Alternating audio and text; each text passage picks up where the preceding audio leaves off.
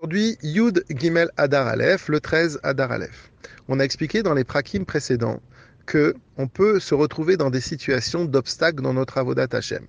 Rabbi Shlomo Zalman nous a dit que par exemple une personne pouvait se retrouver dans une situation où il ou elle fait Torah et mitzvot de manière très consciencieuse, applique tous les commandements d'Hachem, et on pourrait penser, et elle-même pourrait penser d'elle-même, qu'elle fait la volonté d'Hachem.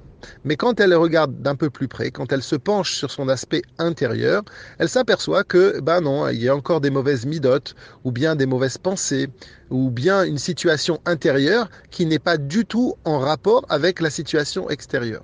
Par rapport à ça, on pourrait s'affliger sur notre sort, être triste, se sentir un peu hypocrite dans notre avodat Hashem. Et là, Rabbi Shlomo Zalman nous dit au contraire, il ne faut pas du tout être triste, il faut être bessimcha, il faut être joyeux, parce que ça, c'est tout le travail d'une vie. On ne doit pas se comparer aux tzadikim, qui eux ont un autre rôle dans ce monde. Notre rôle à nous, c'est justement d'être au combat, d'être sur la brèche, et ceci est illustré par la mitzvah Velo taturu achare lebafrem. On ne doit pas se retourner, se détourner vers les plaisirs de notre cœur. Et c'est le travail de toute une vie, et pour cela on doit être joyeux. Ensuite, dans le Pérec qu'on est en train d'étudier, Rabbi Shlomo Zalman, dans le Pérec Raftet, 29e Pérec, Rabbi Shlomo Zalman nous dit il y a un autre style d'obstacle. Il y a un obstacle dans notre avodat Hashem où, pendant que je suis en train de faire une mitzvah, ou bien pendant que je suis en train de faire ma tfila, eh bien je suis froid, je suis insensible, ce qu'on appelle timtum alev. Je le fais, j'applique, mais j'ai aucun sentiment. C'est pas que j'ai des mauvaises marchavot, non, c'est que je suis complètement froid par rapport à la mitzvah que je suis en train de faire. Et là, Rabbi Shlomo Zalman nous dit que là, à ce moment-là, c'est extrêmement grave et c'est un signal d'Hachem. Il nous donne un exemple que le Zohar amène, dit c'est comme si par exemple on veut brûler un immense tronc de bois, il est tellement grand ce tronc de bois mort que on n'arrive pas à le consumer avec le feu. Donc on pourrait s'imaginer que en rajoutant le feu, en faisant un plus grand feu, eh ben on arrivera à le consumer. Et le Zohar nous dit non, on ne doit pas s'y prendre comme ça. On doit prendre ce grand et cet immense tronc de bois et le couper en fines lamelles pour lui enlever sa prédominance. Il est trop immense, il est trop gros par rapport au feu, le rendre plus petit que le feu.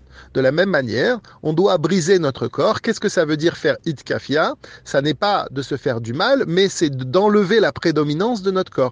Considérer que il y a ici le feu de la neshama et que puisque le feu de la neshama ne consume pas mon corps, puisque je n'arrive pas à avoir cette chaleur, eh bien c'est que je donne trop d'importance sur les plaisirs de mon corps. Et dans cette idée-là, Rabbi Shlomo Zalman continue et nous amène une autre idée.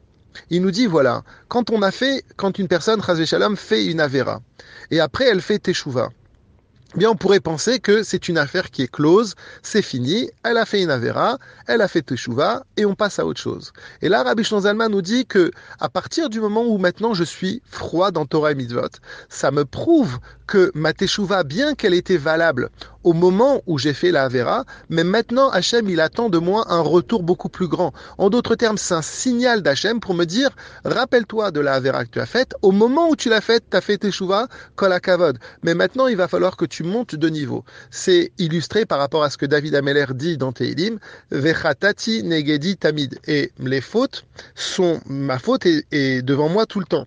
Est-ce que David Ameller faisait toujours la même faute? Est-ce que David Ameller était en train de refaire continuellement cette faute qu'il avait faite? Non. David Ameller était complètement dans cette optique. Il disait vechatati negedi tamid. Ça veut dire que effectivement, j'ai fait teshuva hier, mais aujourd'hui on me demande d'avancer. En d'autres termes, ce que Rabbi Shlomo Zalman veut nous dire, il veut nous dire que si maintenant on est froid dans Torah et Mitzvot, c'est un signe qu'Akadosh Baruch Hu attend de nous, qu'on se rapproche encore plus de lui et que on considère que la teshuva que l'on a faite, elle est plus valable pour aujourd'hui et qu'il faut monter de niveau en permanence.